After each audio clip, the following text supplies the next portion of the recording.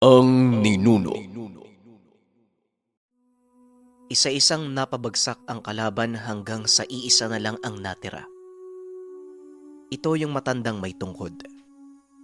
Nasa likod ng bahay at nakita ng binata na tumakbo papalayo. Kagad naman itong hinabol ni Kusim. Nang makalabas ng bahay ang binata, wala na ang matanda. Hindi na ito maramdaman ni Kusim maging ng mandirigmang engkanto. Nagwala si Gudan. Nagdadabog at galit na galit ang muka. Ang sabi ni Gudan, ang matandang iyon ang pumatay kay Sita. Doon niya naaamoy ang naiwang baho. Panay sabi ang mandirigmang engkanto na pasukin ang kakahuyan. Baka sakaling nakatago lang. Hindi pumayag si Kusim. Ayon sa binata, kailangan muna nilang mailigpit ang mga bangkay. Dalian mo, aking lingkod. Nanggigigil ako sa matandang yon. Nang mga sandaling ito, alam ni Kusim na sagad na ang galit ng mandirigmang engkanto. Unti-unting nawawala ang respeto nito sa kanya. Naiintindihan naman ni Kusim kaya hindi na nagsalita pa. Baka masaktan lang siya ng sariling gabay. Kaya naman bumalik sa loob ang binata at inilabas ang mga bangkay. Dinampot din niya ang mga piraso ng mga parte ng katawan hanggang sa nailibing lahat sa likod ng bahay. Pulang-pula ang katawan ni Kusim na nabalot ng dugo at kumikintab. Tila naligo na sa langis ang binata na kulay pula. Kumilos na si Kusim. Kagad na pinasok ang gubat. Nilibot nila ang lugar pero wala doon ang matanda pero hindi sumuko si Kusim. Naisip niya na maaaring bumalik ito sa bahay, lalo na't naroon pa ang mga kasamahan niyang napatay. Kumain muna si Kusim sa malapit na tindahan. Hindi niya na makayanan ang hapdi ng tiyan. Tumambay muna siya sa gilid ng palayan at nagintay hanggang maggabi. Nang mga sandaling ito, hinubad na ni Kusim ang damit pang itaas. Naaamoy niya na ang pinaghalong dugo at pawis sa sarili. Pagsapit ng gabi, bumalik ang binata sa tahanan. Hindi na muna siya lumapit at matyagang nag-antay. Tinago naman ng mandirigmang engkanto ang presensya nila nang hindi maramdaman ng mga nasa paligid. Namangha si Kusim. Marunong palang magtago ng presensya si Gudan. Hindi pa niya ito naranasan noon. Sa halip, natutugis at nalalaman kagad ng aswang kung nasaan siya. Lalo na ang mga kubot na matagal na siyang nais mapatay. Ayon sa mandirigmang engkanto, kaya niyang gawin ng lahat dahil napalabas na ni Kusim ang totoong lakas ng tangan. Maging alisto ka. Sa tingin ko, mangkukulam din ng matandang yon. Kagaya ni Luis, marunong gumamit ng pagtatago. Wika ni Gudan. Natatakot pa rin siya sa mukha nito, pero pinilit niyang itago. Malapit din ang bibig ng mandirigmang engkanto. Kasya ang ulo niya sa bibig nito kung sakaling kagatin siya.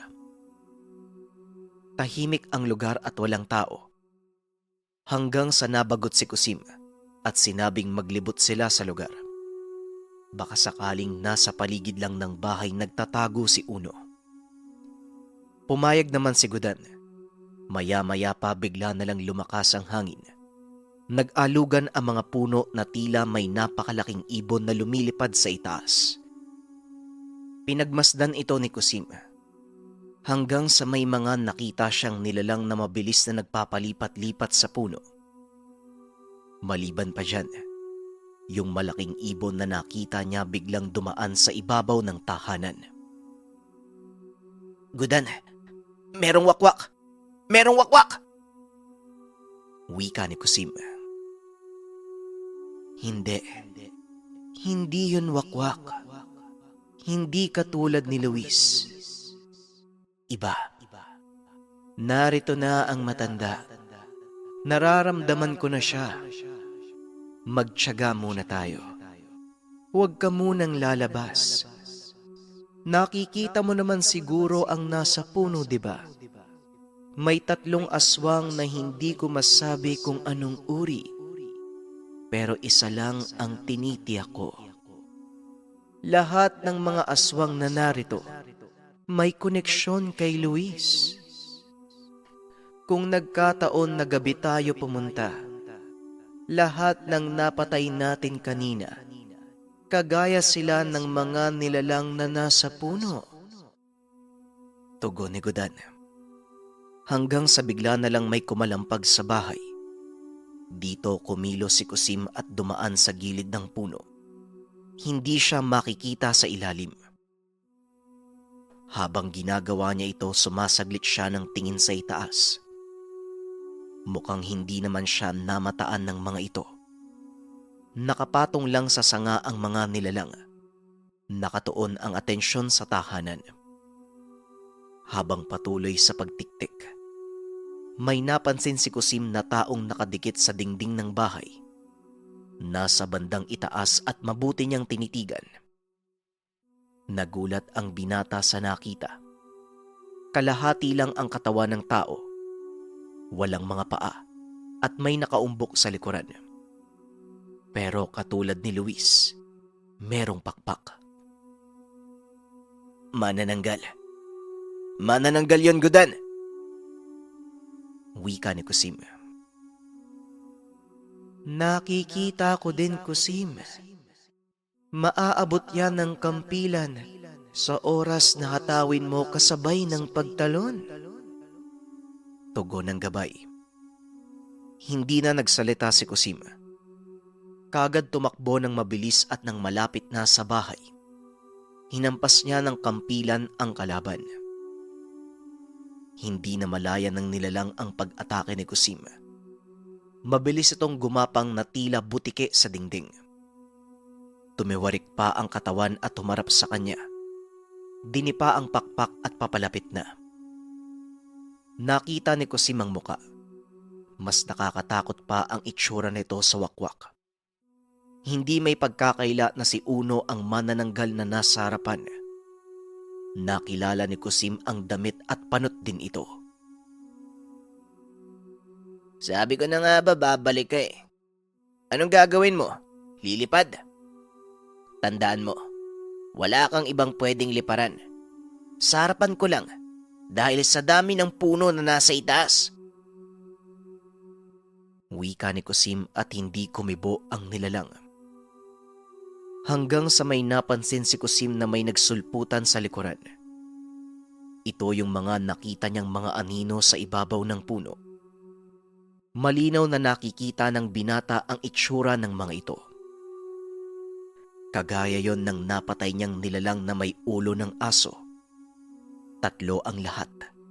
Nakatayo lang pero nanlilisik ang mga mata. Mga pipitsuging aswang lang yan. Unahin mo ang matanda. Wika ni Godan. Nag-aalangan si Kusim. Baka bigla siyang sunggaban ng mga nilalang na nasa likuran habang kaharap ang matanda. Huwag kang mag-alala. Ako na ang bahala. Wika ni Godan. Kaya naman hindi na nagsalita pa si Kusim. Tumangulang ito sabay unday ng paghampas sa manananggal na nakakapit sa dingding. Mabilis itong nailagan ang pag-atake ng binata. Nasira na ni Kusim ang dingding hanggang sa bumigay ang ilang parte ng bahay. Bumagsak na sa lupa ang manananggal. Gumagapang ito sa lupa at hirap maagalaw. Hindi din makalipad dahil kailangan niyang bumuelo. Mabilis ka kapag nasa itaas. Pero ngayong nasa lupa ka na, lagot ka sa akin. Wika ni Kusim. Samantalang yung aswang naman na nasa likuran ni Kusim kanina, naggalawan na ang mga ito. Hindi naman yon pinagtuunan ng pansin ng binata. Inambahan niya ng pagtaga ang manananggal.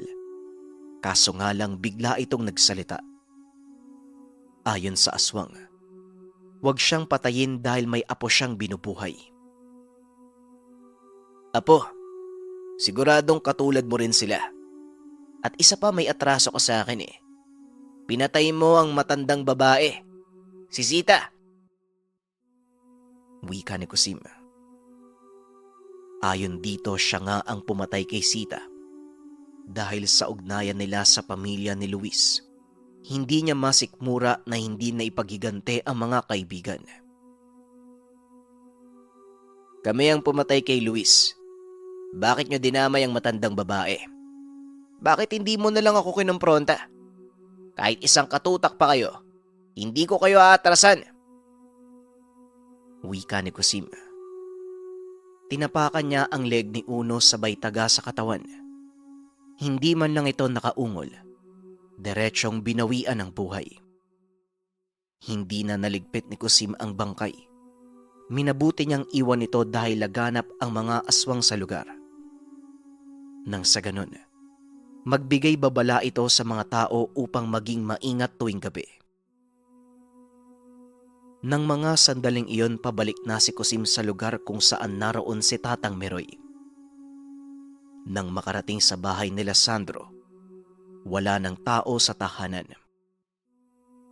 Inisip na lang ni Kusim na baka sa ibang lugar lang pinaglamayan ang katawan ng matanda. Kinuha niya na lang ang naiwang mga gamit at nag-isip kung saan siya pupunta. Nang mga sandaling ito, nakamtan na ni Kusim ang totoong lakas ng gamit. Kaso nga lang tila wala namang pinagkaiba sa nakaraan.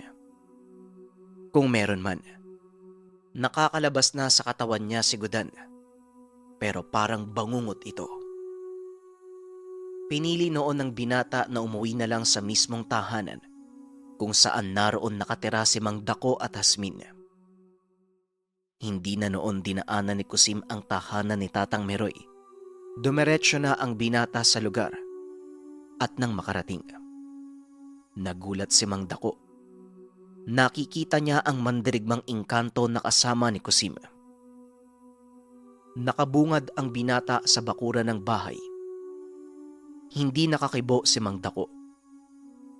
Samantalang si Yasmin naman, natuwa ito nang makita si Kusim. Bababa na sana ng bahay ang dalaga. Kaso nga lang hinarangan ito ni Mang Dako. Sinabing wag lalapitan si Kusim. Ano po bang meron, Tay? Bakit parang takot na takot kayo sa kanya? Dati nung nandito pa siya, palagi mo yang binabara. Wika ni Hasmin. Basta, huwag kang lalapit sa kanya. Bumalik ka sa loob. Tugon ni Mang Dako. Nang makabalik sa loob ang dalaga, dito kinausap ni Mang Dako si Kusim. Sinabihan niya itong wag lalapit sa bahay at sa anak. Alam ko na. Nakikita mo ang gabay ko. Ayos ah. Ang ibig sabihin pala, may tiwala ako sa'yo, Mang Dako. Nakikita mo si Gudan eh. Kung sino man ang may malalim na ugnayan sa akin at pinagkakatiwalaan ko, yun lang ang makakakita sa gabay ko. Ikaw lang naman ang walang tiwala sa akin eh. O ano na, bakit parang ayaw mong bumaba ng bahay? At saka, parang mas mabait ka sa akin ngayon ah. Wika ni Kusim. Yan pala ang itsura niya. Hindi ba siya nagsasalita? Tanong ni Mang Dako. Sumagot si Kusim na nagsasalita ang mandirigbang engkanto. Pero sa kanya lang. Siguro naman, Mang Dako, hindi ka na magagalit sa akin. Naku ka, nagtanim pa naman ng galit sa'yo ang gabay dahil tinataboy mo ako. Wika ni Kusim. Ikaw naman, ay syempre, natural kasi pinoprotektahan ko ang anak ko. Ayos lang, biro lang naman yun eh. Ang totoo, gusto talaga kita. Pero hindi pa napapanahon para ligawan mo ang anak ko. Tugon ni Mang Dako. Hindi porket nakikipagkaibigan ako sa'yo, anak mo na ang tirada ko. Babalik na ako dito sa bahay mo ha. Ayos lang naman siguro. Hindi nakapagsalita si Mang Dako. Nakatingin lang ito kay Kusim habang paakyat ng bahay. Maya-maya pa naglaho na ang mandirigmang engkanto. Sinadya ito ng gabay para hindi mailang si Mang Dako. Pero bago mangyari yun, pinandilatan muna ng mga mata ni Godan ang matanda. Wala nang nagawa si Mang Dako kung hindi ang pumayag. Natatakot siya na baka may gawin sa kanya si Kusim. Nakabukod naman ang binata. Nasa bandang labas ito pero maliit lang. Lumipas ang ilang mga araw. Bagaman nakasama muli ni Kusim ang mag-ama, nirerespeto niya ang prinsipyo ni Mang Dako. Naintindihan niya naman ito, kung kaya sa tuwing lalapit sa kanya si Yasmin, siya na lang ang umiiwas. Habang tumatakbo ang mga araw, himala namang walang nanggagambalang mga kubot sa tahanan. Pinili nga noon ni Mang Dako na umuwi na lang sa mismong tirahan sa sentro, pero pinigilan ni Kusim. Huwag magpapakampante at baka nag-aantay lang ng pagkakataon ang kalaban. Sumang-ayon naman si Mang Dako. Pero habang payapa ang lugar, pumupuslit si Mang Dako sa sentro. Inaalam niya ang kalagayan ng mga kamag-anak. Habang si Kusim naman, umaalis din pero hindi bumibisita sa kanila. Sa halip masuring pinag-aaralan ang lugar kung bakit hindi na sila ginagambala ng mga kubot. Hanggang sa hindi malamang dahilan, bigla na lang nakita ni Kusim ang ama na si Tatay Romeo. Mag-isa lang ito sa loob ng gubat. Tila hinahanap siya ng ama. Lumayo ng kaunti si Kusim. Nagtago at nangingilid ang luha sa mga mata. Gusto niyang lapitan ang tatay pero hindi magawa. Baka merong nakamasid na kalaban. Siguradong madadamay si Tatay Romeo sa oras na gawin niya ito. Kung titignan ang mukha ni Tatay Romeo, tila meron itong malaking problema. Bagsak ang katawan at malalim ang mga mata. Alam ni Kusim sa sarili na dahil ito sa kanya, binibisita naman niya ang mga magulang at palihim na pinapaalam kung bakit siya nagtatago sa gubat. Maaaring nag-aalala na ito sa kanya dahil hindi na siya bumabalik para bumisita. Pag ngayon tay, kapit lang muna. Kapag nasigurado kong ligtas na tayo, uuwi ako sa bahay. Wika ni Kusim. Pinagmasdan niya ang ama habang unti-unting papalayo. May napansin si Kusim na may sobrang bilis na dumaan sa likuran ni Tatay Romeo. Kagad tinignan ni Kusim kung ano ito, pero hindi niya makita. Nalalagay sa alanganin ang tatay mo, Kusim. Wika ng gabay. Kasabay nito muling nagpakita ang mandirigmang engkanto. Habang si Kusim naman kahit nag-aalangan, napilitan tong sundan ng ama. Pero nagtataka ang binata kung bakit nawala bigla si Tatay Romeo. Nakarating siya sa kung saan ito dumaan. Sinubukan niya pang sambitin ang pangalan ng ama, pero wala namang sumasagot. Napabitaw ng mabigat na salita si Kusim. Hinala niya may nangyaring masama sa ama. Tay! Tatay! Linti naman. Bakit kasi nakarating ka dito eh? Wika ni Kusim.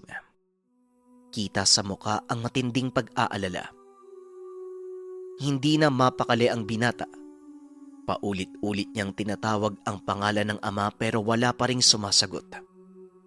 Nagtanong siya sa gabay kung nararamdaman ba nito si Tatay Romeo. Maging ako, Kusim, nagtataka. Bigla na lang naglaho ang presensya ng tatay mo. Hindi ko din alam kung bakit. Tugon ng gabay na lalong nagpaalala sa binata. Ginalugad ni Kusim ang lugar, pero hindi niya matagpuan ang ama. Maging yung aswang, naglaho din ang presensya. Paulit-ulit na tinatanong ni Kusim ang mandirigmang engkanto habang ginagalugad ang lugar. Ngunit ganun pa rin. Maging si Gudan, nag-aalala sa binata. Hanggang sa bigla na lang nakarinig si Kusim na tila hilik ng kabayo. Kasabay naman ito ang biglaang pagwawala ng mandirigmang engkanto. Galit na galit at sinasabing nililin lang sila ng tikbalang. Animal kang kabayo ka. Kami pa ang napili mo. Wika ni Gudan. Anong ibig mong sabihin? Hindi kita maintindihan. Paano niyo tayo nililin lang? Tanong ni Kusim. Ang sabi ng mandirigmang engkanto, ang nakita ni Kusim na imahe ng ama, panliligaw sa kanila. Maaring pinaglalaroan si Kusim ng tikbalang para maligaw sa gubat. Paano nangyari yon? Tikbalang? Magagawa ba yun sa akin kasama naman kita? Tanong ni Kusim. Tinago ko ang presensya ko. Kaya normal lang na tao ang tingin ng iba sa'yo. Lintik kang tikbalang ka. Lumabas ka dyan. Nang mga sandaling ito, muling narinig ni Kusim ang hilik ng kabayo, pero nasa magkakaibang direksyon na tila nakapaligid sa kanila. Nagtanong naman si Kusim kung malakas ba ang tikbalang. Ang sabi ni Gudan, may lakas naman ang tikbalang pero hindi ito makakapantay sa kanya. Subalit ang abilidad nito na sobrang bilis at magaling manlinlang ang magpapahirap. Dagdag pa ng mandirigmang engkanto, hindi lang nag-iisa ang tikbalang, mahigit 5 at nakamasid lang sa kanila. Lintik kayo. Hindi niya ba ako kilala? Ang lakas ng loob niyong paglaruan ako. Wika ni Gudan. Nang mga sandaling iyon hindi sumasagot si Kusim. Si Gudan lang ang nakakaalam sa abilidad ng kapwa engkanto. Hanggang sa bigla na lang naggalawan ang mga damo. Pero wala namang nakikita si Kusim na gumagawa nun. Ilang segundo lang ang namagitan. Isa-isang nagsilitawan ang malalaki at sobrang bangis na may katawang tao at may ulo ng kabayo.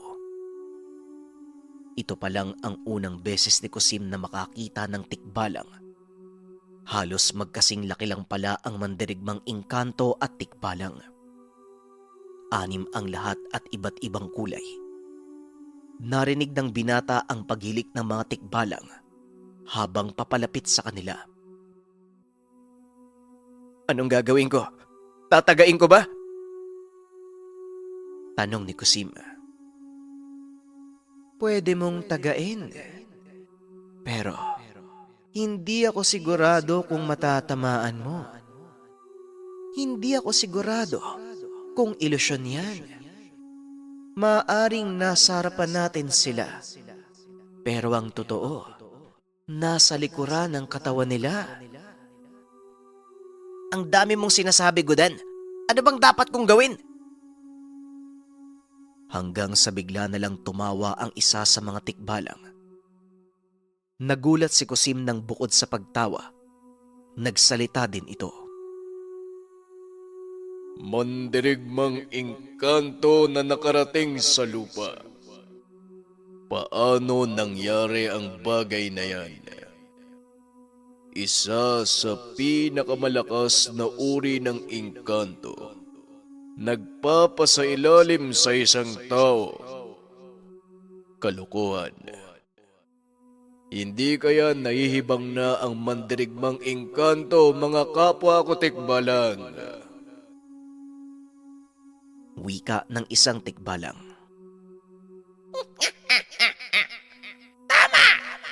Parang gano'n na nga. Nang mga sandaling iyon, nakikita ni Kusim ang pag-uusap ng mga tikbalang pero nanggagaling ang boses sa iba't ibang direksyon. Tama ka, Godan. Ilusyon nga ang nasa harapan natin.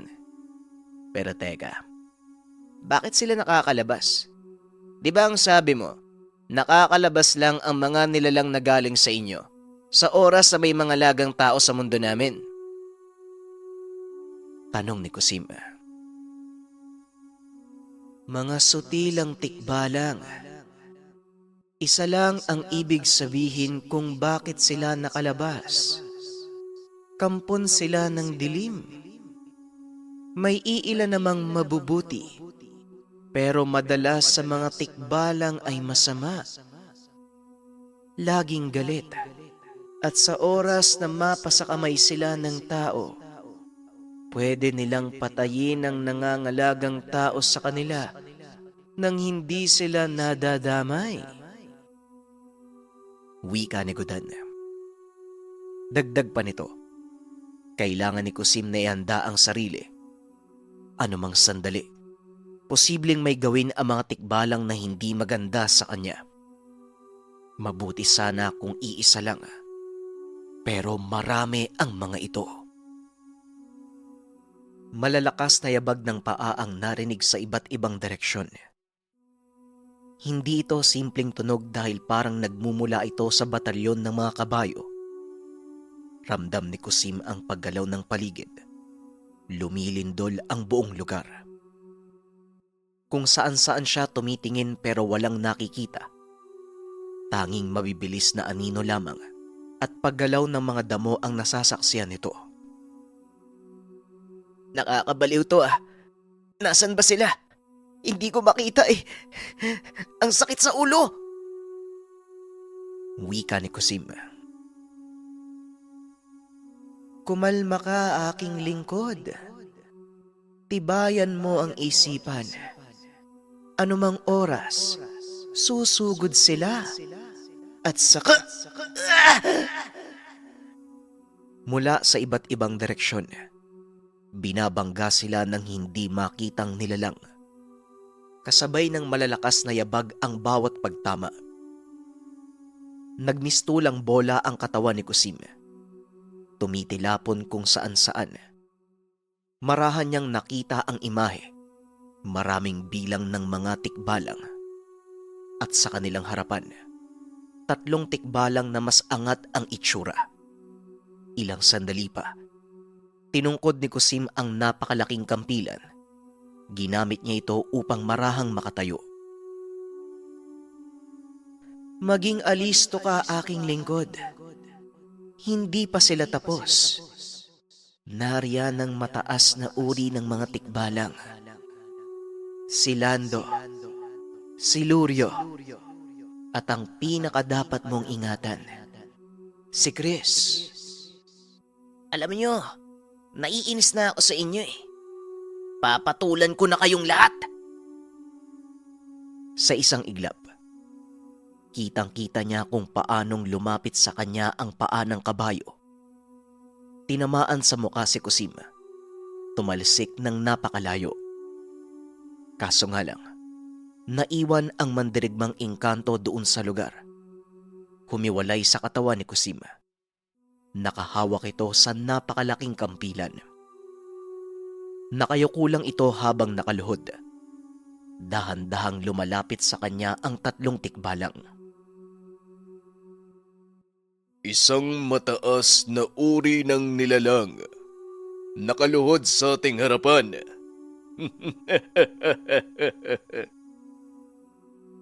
Wika ng isang tikbalang.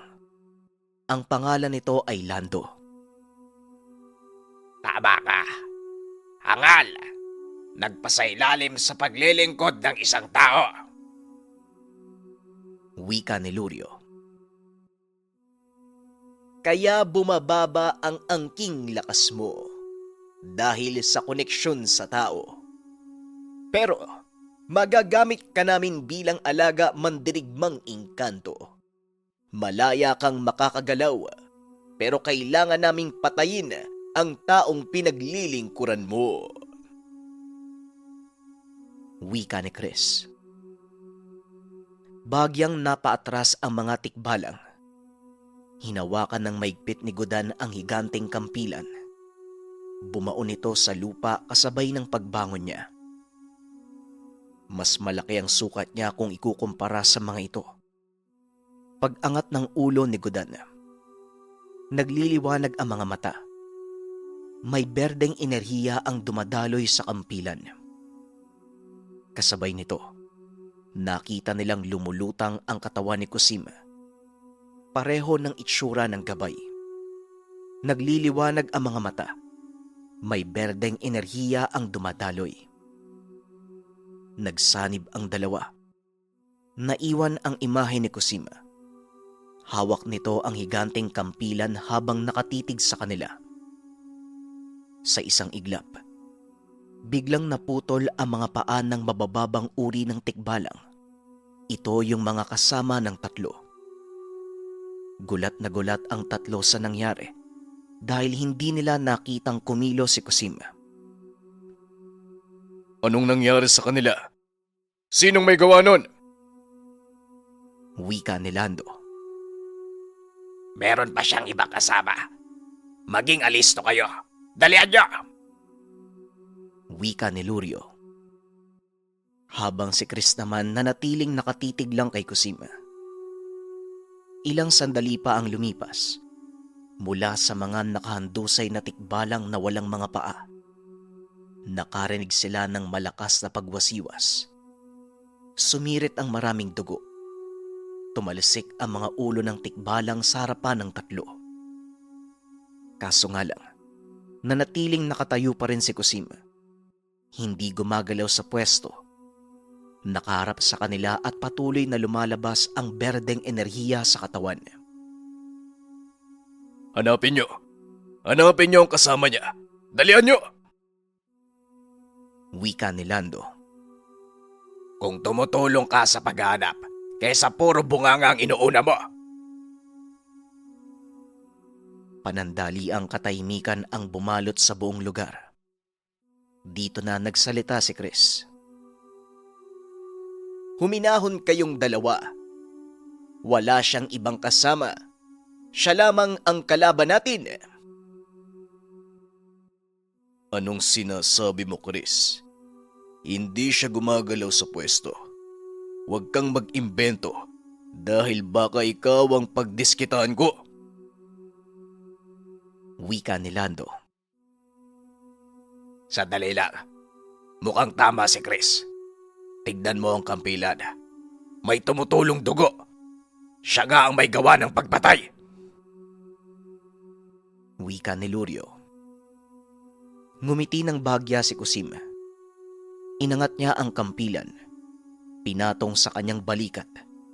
Kasabay nito ang pag-atras ng tatlong tikbalang. Ngayon tignan natin kung gaano kayo kalakas. Buong puwersang hinambalos ni Kusim ang higanteng kampilan.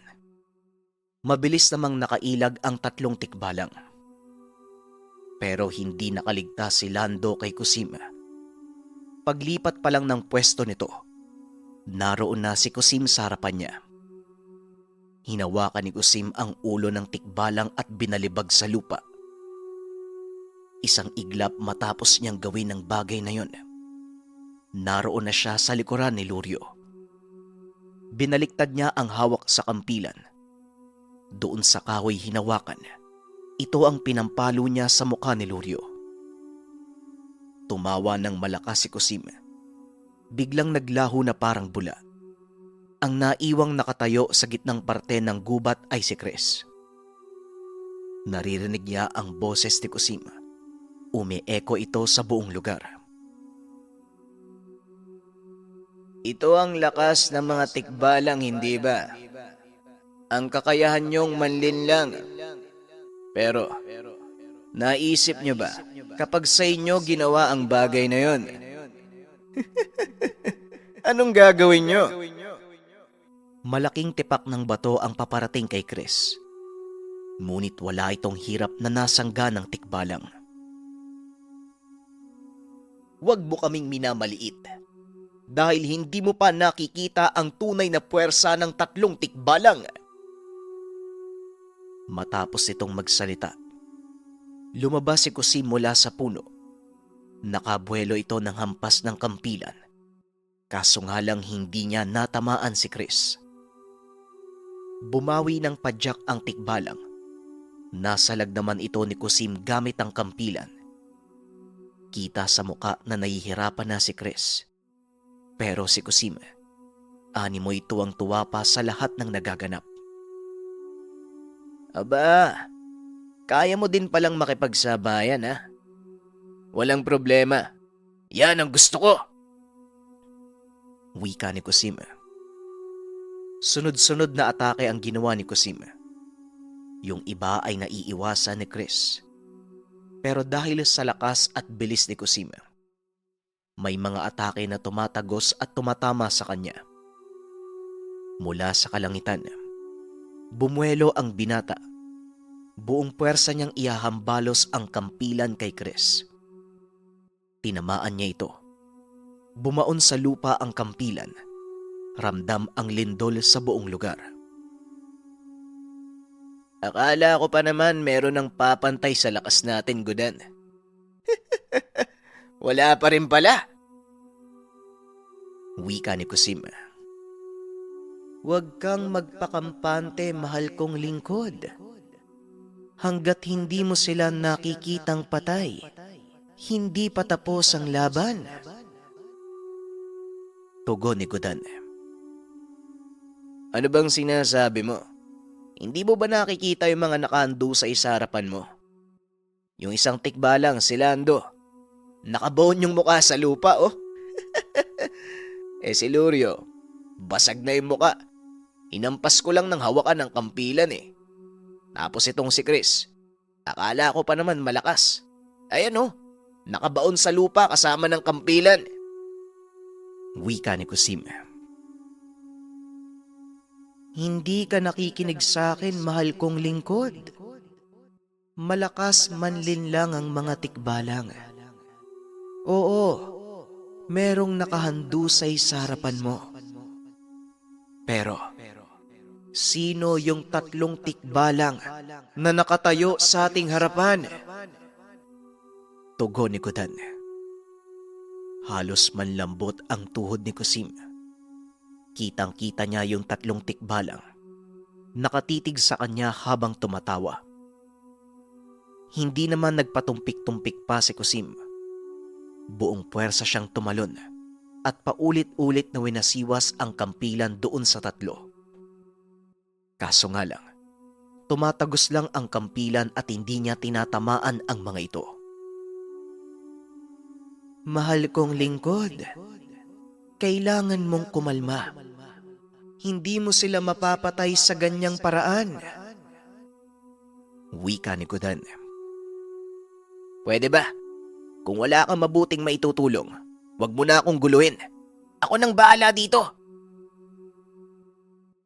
Tugon ni Kusim at muli na namang umatake sa mga nilalang. Ganun pa rin. Kahit anong wasiwas, wala siyang tinatamaan. Muling bumuelo sa kalangitan si Kusim. Buong puwersang hinambalos ang kampilan. Kaso nga lang laking gulat niya. Tinamaan niya ang balikat ni Lando. Ramdam ang pagyanig sa buong lugar. Pero hindi bumaon ang kampilan. Kahit isang galos, walang natamo ang tikbalang.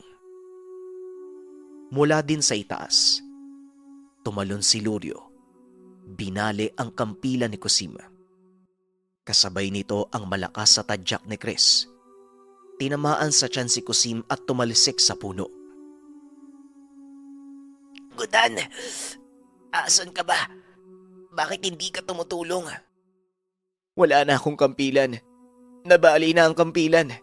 Hindi na ako makakalaban sa kanila. Wika ni Kusim.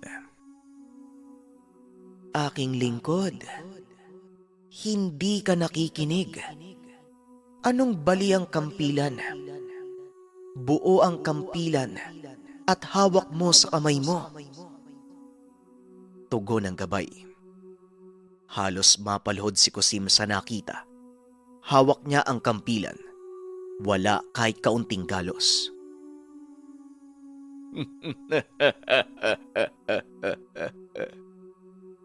Yan ang hirap sa mga mabababang uri ng mga tao. Akala nila lahat ng bagay madadaan sa dahas. Yan ang kahinaan yung mga tao. Kapag nalalagay sa alanganin, hindi nakakapag-isip ng tama. Inuuna ang nararamdaman bago pag-isipan ang susunod na akbang. Wika ni Lando. Hindi kita maintindihan mandirigbang engkantong gudad. Kung ano ang nagustuhan mo sa mga tao. Yan ba ang pinagmamalaki mo? Mas masahol pa sa pinakamababang uri mula sa ating mundo. Wika ni Lurio. Kaibigang Gudan, alam kong tumaliwas kami sa mundo ng engkanto. Naghangad kami ng kapangyarihan para sa aming kapakanan. Bibigyan ka namin ng pagkakataon. Ang kagustuhan mo ay lumaya. Ibibigay namin sa iyo ang bagay na yan. Malaya kang makakapaglakbay kung saan mo nanaisin. At higit sa lahat, bubuhayin ang pinagsisilbihan mong mababang uri. Pero ang kapalit nito, magiging alagad ka namin. Wika ni Chris. Tama kayo mga mahal kong kaibigan. Mapuro lang utak ng mga tao dahil mas inuuna nila ang nararamdaman. Palagi silang nakakagawa ng pagkakamali dahil hindi sila nag-iisip bago gumawa ng aksyon. Pero yan ang nagustuhan ko sa mga tao. Ang pagmamahal nila sa kapwa. Ang pag-aalaga nila sa isa't isa. At ang pagtaya ng pag-ibig kahit merong malaking posibilidad na ito ay mabigo. Minsan mga mahal kong kaibigan, ang katalinuhan, kagalingan at walang kapantay na lakas. Ito ang nagiging dahilan kung bakit hindi tayo nakukontento. Kagaya sa ating mundo, nasa atin ang lahat. Wala na tayong hahanapin, pero narito tayo sa mundo ng mga tao. Ika nga sa kasabihan nila, naibigay natin ang kanang kamay, pero gusto pa nating kunin ang nasa kaliwa. Wika ni Gudan. Muntik na sana akong maniwala sa iyo eh. Yan bang natututunan mo dito sa mundo ng mga tao? Ang mga palamuti na salita na kayang magpabighani ng ibang nilalang o tao. Hindi uubra sa amin yan, kaibigang Gudan. Mataas ang antas ng aming isipan. Tugon ni Lando. Kung gusto mong magmahal, huwag kami ang idamay mo. Wala sa bokabularyo namin ang pag-ibig. Nakakadiri ka. Naturingan kang mataas na uri ng engkanto, pero nakalimutan mo ang kasakiman na ginawa sa atin. Wika ni Lurio. Pilit mang kitang inuunawa kaibigan, pero hindi talaga kita maintindihan. Nakalimutan mo ang naganap sa ating mga ninuno, kung paano nilang inaruga at inalagaan ang mga tao noon. Tama ang iyong sinabi. Binigay ang kaliwa, gusto pang kunin ang kanan. Pero hindi lang mga kamay ang gusto nilang kunin. Buong kaharian ng mga engkanto. Mula sa pagkakaibigan, gusto nila tayong gawing alipin para sa kayamanan at kapangyarihan. Wika ni Chris. Isa yan sa mga natutunan ko sa mundo ng mga tao. Kung ano man ang nangyari noon, iba na ang panahon ngayon. Natututo sa pagkakamali ang mga tao. Nagbabago sila. Marahil masama ang naipakita sa atin noon. Pero may panahon para magbago. Oo, pwede din nating sabihin na maaaring mabuti ang pinapakita. Pero sa likod, isa lamang palang panlilin lang. Naghihintay ng tamang pagkakataon upang ipakita ang tunay na ugali. Pero ang punto dito mga kaibigan, hindi tayo pwedeng manghusga. Dahil kahit maramdami ng tao, kahit inuuna nila ang pag-ibig, ang pagiging malambot din nila ang dahilan kung bakit sila nagkakaroon ng pambihirang lakas. Tugon ni Gudan. Mukhang nakapagpasya ka na, kaibigan. Wala na kaming pagpipilian kung hindi patayin ang alaga mo, pati na din ang lahat ng may koneksyon sa kanya. Wika ni Lando. Nang mga sandaling ito, nakahiwalay na sa katawan ni Kusim si Gudan. Masuring pinakinggan ni Kusim ang usapan ng mga nilalang. Napatitig si Kusim sa ama na walang malay. Seryoso ang mukha nito habang nakatitig sa mga nilalang. Kaibigan, patawarin mo ako kung hindi ako nakinig sa'yo. Pero hindi ko sila hahayaan na patayin ang pamilya ko. Tugon ni Kusim. Ngumiti naman si Gudan. Tila alam niya ang gagawin ng binata. Ngayon, mahal kong kaibigan, sapat na ang proseso. Napalabas mo na ang tunay na lakas ng bertud ng kampilan. Tugon ni Gudan. Laking gulat ni Kusim. Nagkaroon siya ng panibagong kampilan na sakto ang laki sa kanya. Habang si Gudan sa tabi niya, hawak-hawak ang higanteng kampilan. Ito ang sinasabi kong tunay na lakas ng mandirigmang engkanto, kasama ang bertud ng kampilan. Sabay tayong lalaban sa 3 tikbalang. Siguradong kakayanin mo na ang laban dahil kalmado na ang puso't isipan mo. Sabay na sumugod ang dalawa. Unang inatake ni Kusim si Chris, ang pinakamalakas sa 3 tikbalang. Habang si Gudan, siya ang lalaban doon sa dalawa. Sa bawat paghampas ni Gudan ng kampilan, yumayanig ang buong lugar. Tinatamaan niya ng kampilan ang 2 tikbalang. Ngunit dahil dalawa sila, sa bawat pagtama rin, nakakagante ang 2 tikbalang. Samantalang sa lagay naman ni Kusim, naging triple ang bilis ng binata. Kung kanina hindi niya masabayan ang likse ni Chris, ngayon ay pantay na sila. Sa bawat paghampas niya ng kampilan, nagkakaroon ng ilusyon. Lumilipat-lipat ng pwesto si Chris. Hindi niya tinatamaan, pero nasusundan niya ang bilis. Makikita naman sa mukha ng tikbalang na nahihirapan sa ginagawa ng binata. Sa kabilang banda, pinagitnaan ng dalawa si Gudan. Tumakbo ng mabilis ang 2 tikbalang paikot sa mandirigmang engkanto. Nalilito na si Gudan sa gagawin. Hanggang sa inambalos ang higanting kampilan sa lupa. Natigilan ang 2 tikbalang. Buong puwersang hinila ni Gudan ang buhok ni Lurio.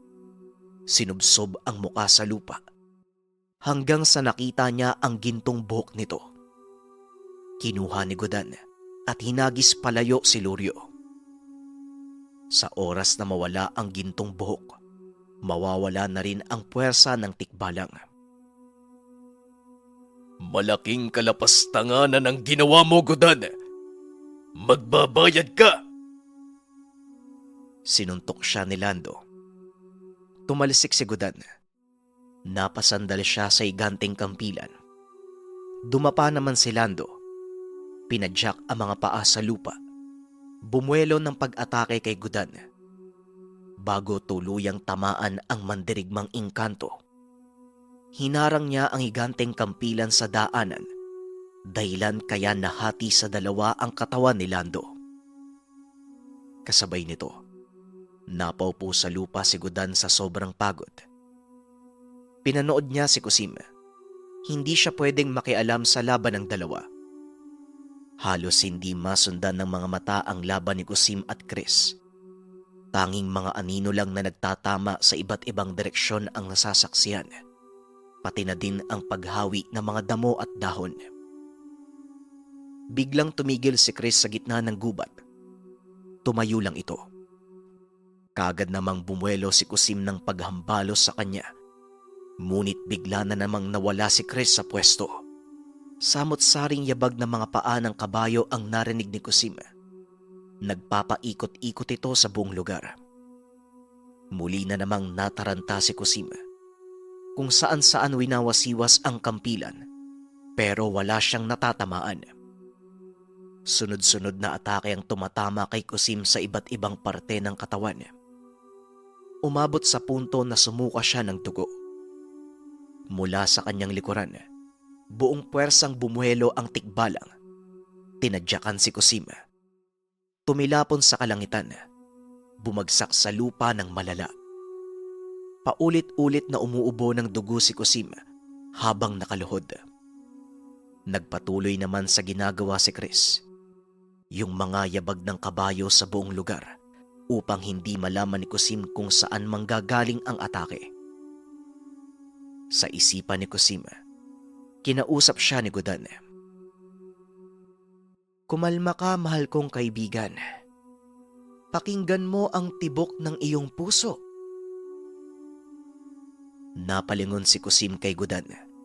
Nakita niyang nakabaon ng kampilan. Naroon ang hati na katawan ni Lando. Kinalma ni Kusim ang sarili. Ipinikit ang mga mata at tuminga ng malalim. Pinakinggan ang tibok ng puso. Laking gulat niya.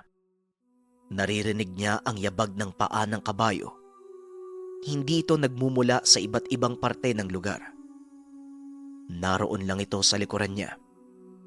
Kahit nakapikit, nakikita niya ang imahe ni Chris. Nasa iisang pwesto, pinapadyak lang ang paa.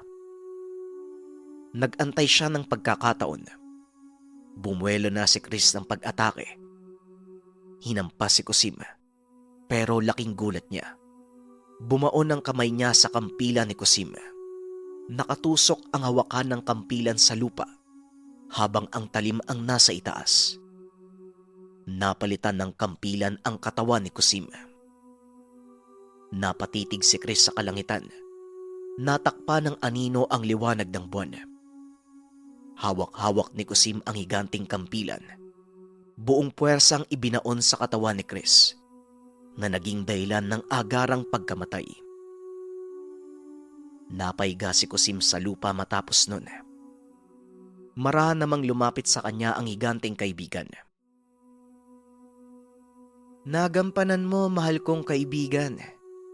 Napalabas mo ang tunay kong lakas. Nagpapasalamat ako dahil naranasan kong makita muli ang aking katawan. Kahit sa kaunting panahon lang. Masaya ako dahil naipakita ko ang tunay kong anyo, mahal kong kaibigan. Wika ni Gudan. Teka, tapos na yung laban na. Bakit parang nagpapaalam ka pa? Ngumiti lang si Gudan. Napansin niya yung mga katawan ng tikbalang. Unti-unting nagiging kulay puting abo at pumupunta sa kalangitan. Laking gulat din niya dahil maging si Gudan ganon din ang nangyari. Dahan-dahan itong nawawala sa paningin niya habang nakangiti. Hindi nakapagsalita si Kusim hanggang sa tuluyang naglaho na si Gudan. Bakit naman ganun? Kung kailan napapalapit na tayo sa isa't isa, doon ka pa mawawala. Uy, Gudan. Lumabas ka naman, Gudan, oh. Kahit anong sigaw ni Kusim, Walang sumasagot sa kanya. Binalot ng katahimikan ang buong lugar. Nang makabalik siya sa wisyo, nilapitan niya na lang ang higanteng kampilan, ang huling alaala ng kaibigan. Kahit kailan, mahal kong kaibigan, hinding-hindi kita makakalimutan. Mahal kita, Godan. Hoy! Napakaingay mo. Nagpapahinga ako sa loob ng kampilan. Ang espiritual na katawan ko lang ang nawala dahil sa nangyaring laban. Pero nandito pa rin ako sa loob ng kampilan. Tumigil ka nga. Magsasalita pa sana si Kusim dahil sa inis. Pero napangiti na lang siya dahil hindi nawala ang kaibigan. Palagi niya pa rin itong kasama. Marami pa silang napagdaanan matapos ng kaganapan, pero hindi na ito naging mahirap para sa kanilang dalawa. Iisa lamang ang nais: bigyan ng kaligtasan ang lahat ng tao. Panatiliin ang balanse sa mundo ng mga engkanto at tao. Yon ang pinakamisyon ni Kusim at mandirigmang engkanto, gamit ang bertud ng kampilan. Maraming salamat sa pakikinig ng ating kwento, mga kabayan. At dahil ito